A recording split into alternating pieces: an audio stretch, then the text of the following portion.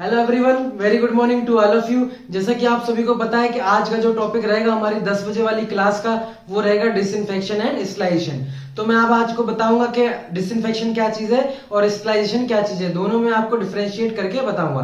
तो सबसे पहले अपन देख लेते हैं कि डिसइंफेक्शन क्या है और स्टरलाइजेशन क्या है। तो डिसइंफेक्शन में आपको पहले बता देता हूं कि destruction of most of the microbes but not necessary the killing of pathogens. यानी कि जो डिसइंफेक्शन हमारी प्रक्रिया है वो मोस्ट ऑफ दी पैथोजेंस को किल करती है, माइक्रोब्स को किल करती है, बट उनके स्पोर्स वगैरह है उनको किल नहीं करती है। वहीं मैं बात करूं आपकी स्टरलाइजेशन की, तो killing of all microbes with their spores, यानी कि माइक्रोब्स को, बहुत सारे पैथोजेनिक माइक्रोब्स को किल करने के साथ साथ वो स्पोर्स को भी क्या है, किल कर देती है। तो बेस्ट मेथड क्या है, सारी चीज मैं आपको आगे वीडियो में बताऊंगा। तो चलिए इसकी डेफिनेशन मैं आपको लिख देता हूं।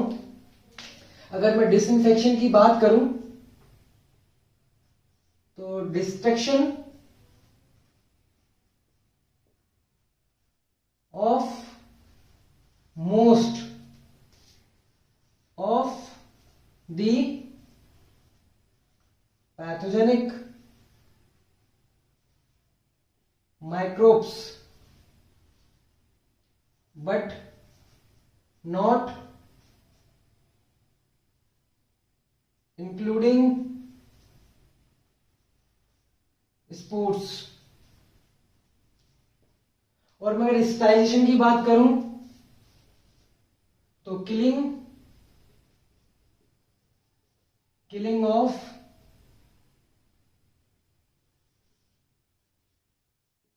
all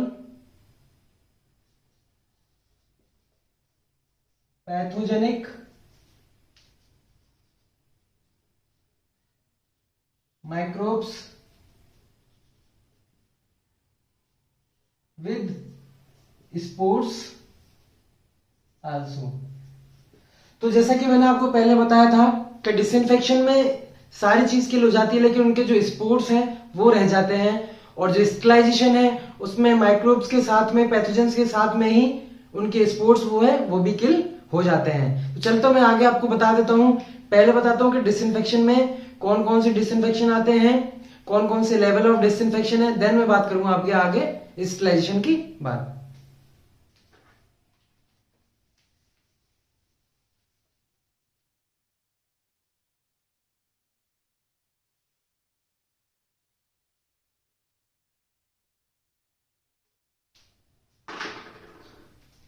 अब मैं आपको पहले ये बता देता हूं कि डिसइंफेक्शन जो है वो कितने लेवल के होते हैं। तो ये है 3 लेवल के।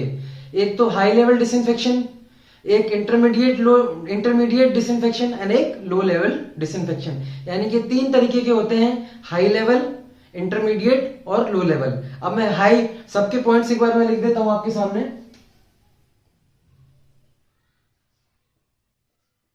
पहला है high level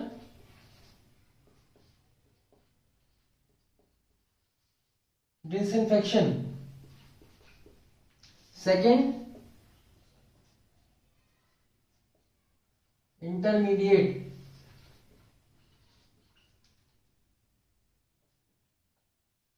level of disinfection.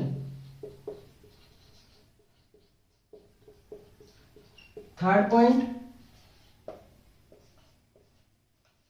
Low level of disinfection.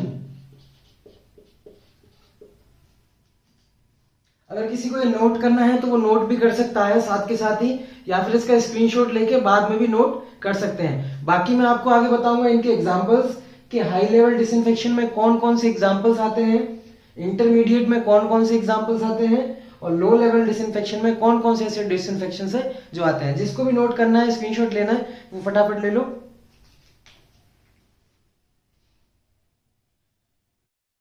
तो आपने क्या स्क्रीनशॉट या लिख लिया होगा सभी लोगों ने। बाकी का मैं एक एक करके डिफाइन कर देता हूं कि क्या इनका यूजेस है। हाई लेवल डिसइंफेक्शन कहाँ यूज होता है, इंटरमीडिएट लेवल ऑफ डिसइंफेक्शन कहाँ यूज होता है, लो लेवल ऑफ डिसइंफेक्शन कहाँ यूज होता है। मैं सारा आपके सामने इसको बता देता हूं।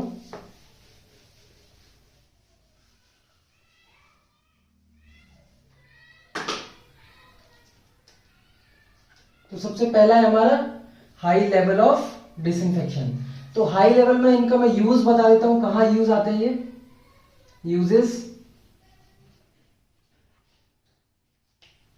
जिस लाइक आपके करीबन ओटी में सर्जिकल इंस्ट्रूमेंट्स रहते हैं, उनको अगर हमको डिसइंफेक्शन करना है तो किससे करेंगे, और बाकी का सिस्टोस्कोप रहते हैं, उनको हमको अगर डिसइंफेक्शन किससे करना है तो किससे करेंगे। दोस्तों ये जो होते हैं ये हाई लेवल डिसइंफेक्शन से डिसइंफेक्ट होते हैं, क्योंकि ओटी में सर्जरीज के बाद में, सर्जरी होने के बाद में इनको डिसइंफेक्शन करना बहुत ही जरूरी है।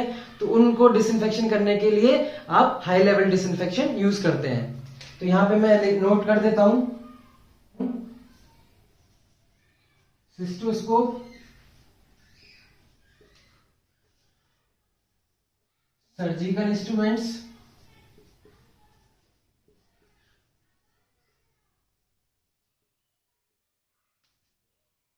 एंडोस्कोप और प्लास्टिक कंपोनेंट्स।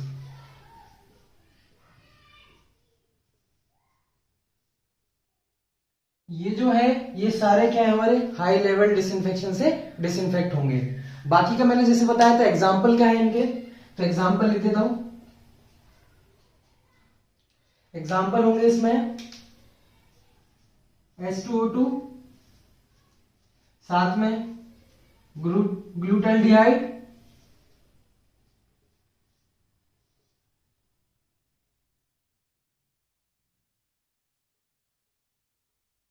और क्लोरीन। दोस्तों ये जो है ये इनके एग्जांपल्स हैं हाई लेवल डिसइंफेक्शन के। बाकी यूज कहां होते हैं, सिस्टोस्कोप, सर्जिकल इंस्ट्रूमेंट्स, एंडोस्कोप और प्लास्टिक कंपोनेंट्स में। तो अपन चलते हैं अपनी अब सेकंड वाले डिसइंफेक्शन की ओर।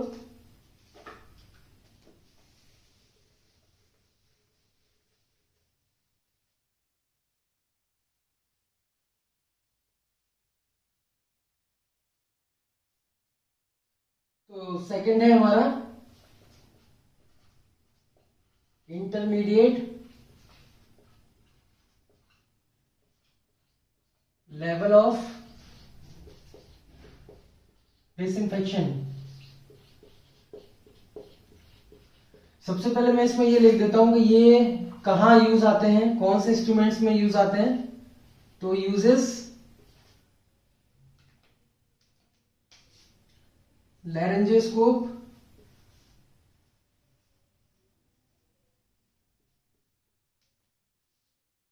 और फिब्रोप्लास्टिक एंडोस्कोप। तो ये लैरेंजियोस्कोप और फिब्रोप्लास्टिक एंडोस्कोप में अपने यूज आते हैं। साथ में अब मैं बात करूं इनके एग्जाम्पल्स। एग्जाम्पल की अगर मैं बात करूं तो एग्जाम्पल में इनके आएंगे अल्कोहल। इस टाइप के जो यहाँ पे अपने इंटरमीडिएट लेवल ऑफ डिसइंफेक्शन रहेंगे वो अल्कोहल या फिर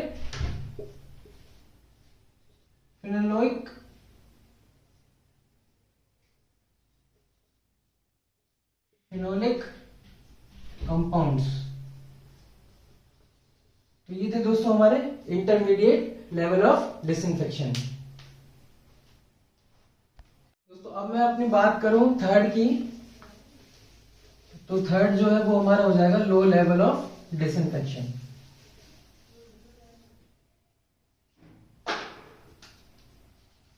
third low level of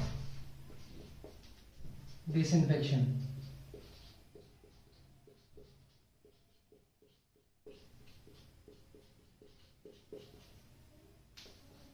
low level of disinfection. अब इनकी यूजेस की बात करूं दोस्तों, ये कहां पे यूज होते हैं। तो लो लेवल डिसइंफेक्शन है, जैसा कि आप समझ पा रहे हैं, लो से मीन्स आपका स्टेथोस्कोप जो है,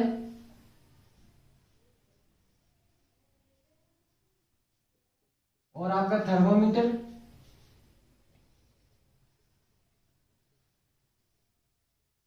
साथ में जो आपके ईसीजी इलेक्ट्रोड्स हैं, अगर आपको करने हैं डिसइंफेक्ट तो वो लो लेवल डिसइंफेक्शन से डिसइंफेक्ट हो जाएंगे।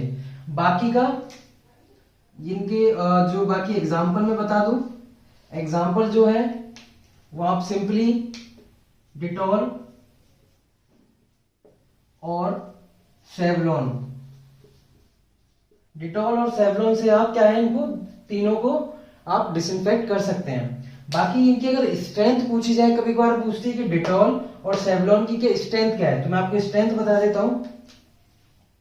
डिटॉल की जो स्ट्रेंथ रहेगी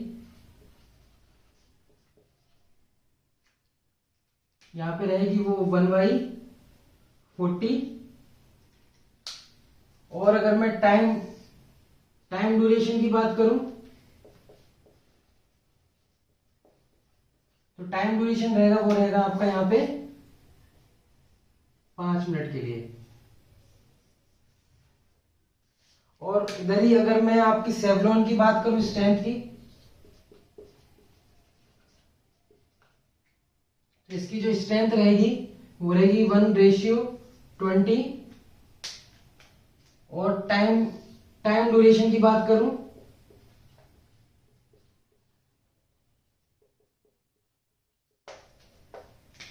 तो इसका भी टाइम ड्यूरेशन रहेगा 5 मिनट। तो आप जैसे कि देख पा रहे हैं डिटॉल की स्ट्रेंथ रहेगी 1:40, सेवलॉन की स्ट्रेंथ रहेगी 1:20 और टाइम ड्यूरेशन दोनों का क्या है 5 मिनट रहेगा।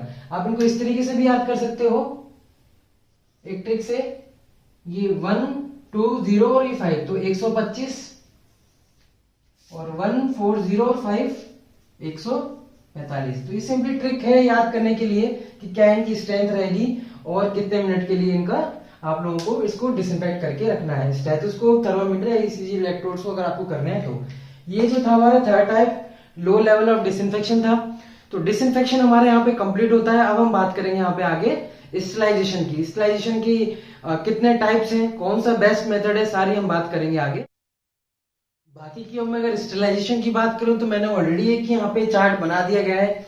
इस तरीके से आप देख सकते हैं कि स्टरलाइजेशन के कौन से मेथड्स हैं और कौन सा बेस्ट यहाँ पे मेथड होने वाला है। तो स्टरलाइजेशन में यहाँ पे फिजिकल मेथड पढ़ते हैं हम, फिजिकल मेथड के साथ में केमिकल मेथड और मैकेनिकल मेथड। तो फिजिकल मेथड में सबसे पहले होता है dry heat method. Dry heat में क्या है, हॉट एयर ओवन, देखिए हॉट एयर ओवन एक उसमें हम 160 डिग्री सेल्सियस को 1 घंटे तक कोई इस चीज को रखते हैं, जिससे कि यहाँ पे फिजिकल मेथड के द्वारा यहाँ पे स्टरलाइजेशन हो जाता है। बाकी मॉइस्ट की बात करें तो ऑटोक्लेव, यानी कि बहुत फेमस नाम है ये ऑटोक्लेव, जो कि पूछा जाता है और बेस्ट मेथड भी कभी कभार हम इसको मानते हैं। तो ऑटोक्लेव 121 डिग्री सेल्सियस से 15 मिनट के लिए रखा जाता है, तो ये ऑटोक्लेव हमारा स्टरलाइजेशन हो जाता है ऑटोक्लेव के द्वारा। बात करें रेडिएशन, तो गामा रेज जो डायरेक्टली आ रही है सन से, तो गामा रेज से भी यहाँ पे रेडिएशन के द्वारा भी यहाँ पे स्टरलाइजेशन हो जाता है। सेकंड में बात करूं तो केमिकल मेथड। केमिकल मेथड में गैसियस स्टरलाइजेशन, तो गैस बहुत सारी गैस के साथ में हम स्टरलाइजेशन कर सकते हैं। तो ईटीओ जो गैस होती है इथाइलिन ऑक्साइड, यानी कि इथाइलिन ऑक्साइड जो गैस रहती है उसके द्वारा भी हम इथाइलिन ऑक्साइड, तो ये ईटीओ की फुल फॉर्म में क्या है, इथाइलिन ऑक्साइड। तो इथाइलिन ऑक्साइड गैस के द्वारा भी हम केमिकल मेथड से स्टरलाइजेशन जो है वो कर सकते हैं। बाकी ओजोन, O3, क्लोरीन और फॉर्मल्डिहाइड, आपने देखा होगा कि अगर फॉर्मल्डिहाइड का चैम्बर रहता है उसके अंदर हमारे जैसे माइनॉरिटीज में फॉर्मल्डिहाइड का चैम्बर रहता है, उसके अंदर इंस्ट्रूमेंट्स रहते हैं और फॉर्मल्डिहाइड के कुछ फॉर्मल्डिहाइड गैस के द्वारा हम केमिकल मेथड से स्टरलाइजेशन जो है गैसियस मेथड से कर सकते हैं। बाकी डिसइंफेक्टेंट स्टरलाइजेशन की बात करूं तो डिसइंफेक्टेंट स्टरलाइजेशन में हमारा अल्कोहल, आयोडीन या क्लोरीन, जैसे कि मैंने आपको डिसइंफेक्शन में भी अभी बताया था, उस तरीके से भी आप स्टरलाइजेशन यहाँ पे कर सकते हैं। बाकी मैकेनिकल की बात करूं तो मैकेनिकल में यहाँ पे फिल्टर्स आ जाते हैं। फिल्टर्स में जो है सिट्स फिल्टर्स आ जाते हैं। सिट्स फिल्टर्स क्या है कि फिल्टर डिस्क है, जो कि पोर्स की फिल्टर डिस्क है जो बैक्टीरियाज को पास नहीं होने देती। तो इस तरीके से मैकेनिकल मेथड से हम स्टरलाइजेशन कर सकते हैं। बाद में अगर बात करें मेम्ब्रेनियस फिल्टर की, तो ये सिंथेटिक मटेरियल्स की कुछ मेम्ब्रेस फिल्टर्स रहती है जिसके तरीके से हम मैकेनिकल मेथड के द्वारा हम स्टरलाइजेशन कर सकते हैं। तो दोस्तों ये तो थी शॉर्ट वीडियो हमारी डिसइंफेक्शन और स्टरलाइजेशन के लिए।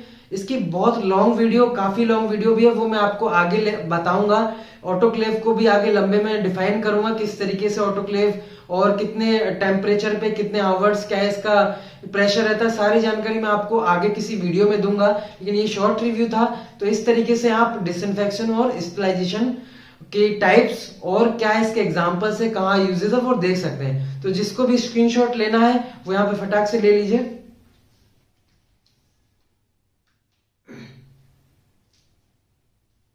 बाकी का आपको अगर ये मेरी वीडियो पसंद आई हो तो इसको लाइक करिएगा, साथ में ही इसको शेयर भी करिएगा ताकि और लोगों तक ये वीडियो पहुंचे और लोग भी इसके लेवल ऑफ डिसइंफेक्शन स्टरलाइजेशन में दोनों में डिफरेंस समझ सकें और अपनी नॉलेज को थोड़ा अपग्रेड करें। बाकी का दोस्तों, मेरे जीतन ट्यूब चैनल को अभी तक आपने अगर सब्सक्राइब नहीं किया है तो इसको सब्सक्राइब कर दीजिए। साथ में इसके आपको बेल आइकन भी दिया हुआ है, उस पर बेल आइकन पे क्लिक करके ऑल पे नोटिफिकेशंस पे क्लिक कर दीजिए ताकि कोई भी ऐसी नोटिफिकेशन से, कोई भी ऐसी वीडियोस जो कि हम अपलोड करते हैं अपने जीतन ट्यूब चैनल पे, तो आपके लिए मतलब बहुत ही फायदेमंद है। आप बिल्कुल भी उसका नोटिफिकेशंस बिल्कुल भी मिस ना कर पाए और आपको सबसे पहले हमारे जीतन ट्यूब चैनल के माध्यम से हमारी जो है नोटिफिकेशंस, वीडियोस सारी नोटिफिकेशन के माध्यम से मिलती रहे। तो दोस्तों, हमारी वीडियो देखने के लिए आपका बहुत ही धन्यवाद।